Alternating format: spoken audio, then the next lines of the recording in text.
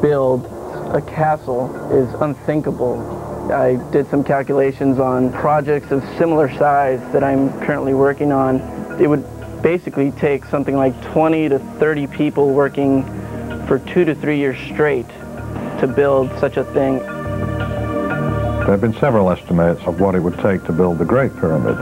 They range from 10,000 people to 100,000. But if they had only 4,700 Ed Leedskalnins, they could build the Great Pyramid at the same time. The arguments over how Ed built his bizarre complex of coral will undoubtedly rage on. Yeah, this is pretty comfortable. So will the public's fascination with the coral castle and the enduring mystery of its creator. The imagination that this man had. It amazes me. When we come back, is this lifestyle guide written by Leedskalnin himself actually a code book for the castle's secrets?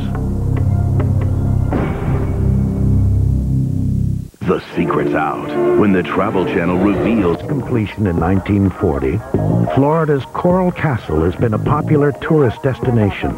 Ed Leedskalnin's favorite visitors were the many children that would come to see him. If the kids come around, he'd show them around. He loved children, and he made that playground for them in there, the story of the 3 bears. And he'd cook hot dogs for them in his cooker. It also drew the attention of the U.S. government.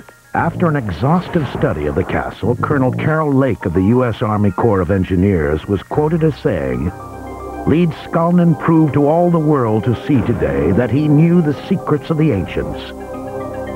But Ed did not always welcome Uncle Sam's visits. The government had paid him visits on numerous occasions and had walked away none the wiser for what he was doing. He had a particular mindset that was distrustful.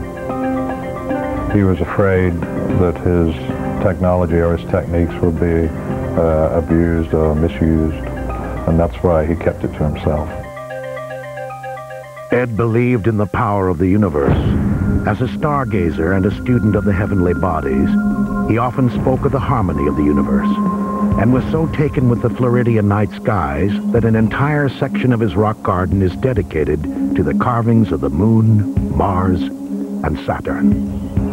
Leedskalnin believed a man should work between the hours of 9 a.m. and 4 p.m. And he created this sundial to record that time span. It's accurate within 2 minutes. Ed was also a philosopher and wrote a book entitled A Book in Every Home. At first glance, it seems to be a message to Agnes, the love of his life. He writes that his girl had to be perfect. I don't think he would have ever accepted her if she ever did come over. I think he would have liked her to come and see him and say, "Yes, I had you in mind, but it's too late now." But depending on who you ask, the meaning of Ed's prose and verse vary greatly. It's a very unusual book, and it's full of sexist comments about the role of women in society, and it's really odd. I mean, it doesn't make much sense when you read it. So I was thinking, well, what if it's a huge metaphor? What if Ed is actually saying how to raise a young lady, meaning how to raise a large block of stone? Is this a code book containing Leedskalnin's engineering secrets? Unfortunately, like so much of Ed Leedskalnin's life, the answer would be forever sealed on a hot Floridian summer afternoon.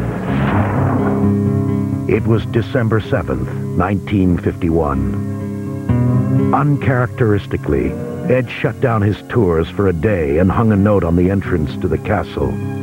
It read, "Going to hospital." He rode his bike to the bus stop and boarded the bus to Miami. He died 3 days later from malnutrition. Not because he didn't have the food. There was plenty of food, but it was just that he just didn't seem to want to eat a lot in his later years. When the Dade County coroners performed an autopsy on Ed's body, they were startled to find no signs of the tuberculosis that had plagued him most of his life. It is believed that love has no boundaries, and wherever it exists, all things are possible. For the people that have spent nearly a lifetime studying and preserving the coral castle, one absolute truth is evident about the mysterious man and his house of coral. I think somewhere in his mind, he probably believed that his sweet 16 would suddenly wake up and realize what a mistake that she had made and come and find him. Unfortunately for him, that never happened. After being here all these years, I can say that no greater love that I've seen that a man would have for a woman. Had Edward Leedskalnin really learned the secrets of ancient Egypt? Had he mastered the laws of physics? Some might say he simply tapped into a force older than the pyramids themselves, building this castle with the strength born of heartache and the power of eternal love.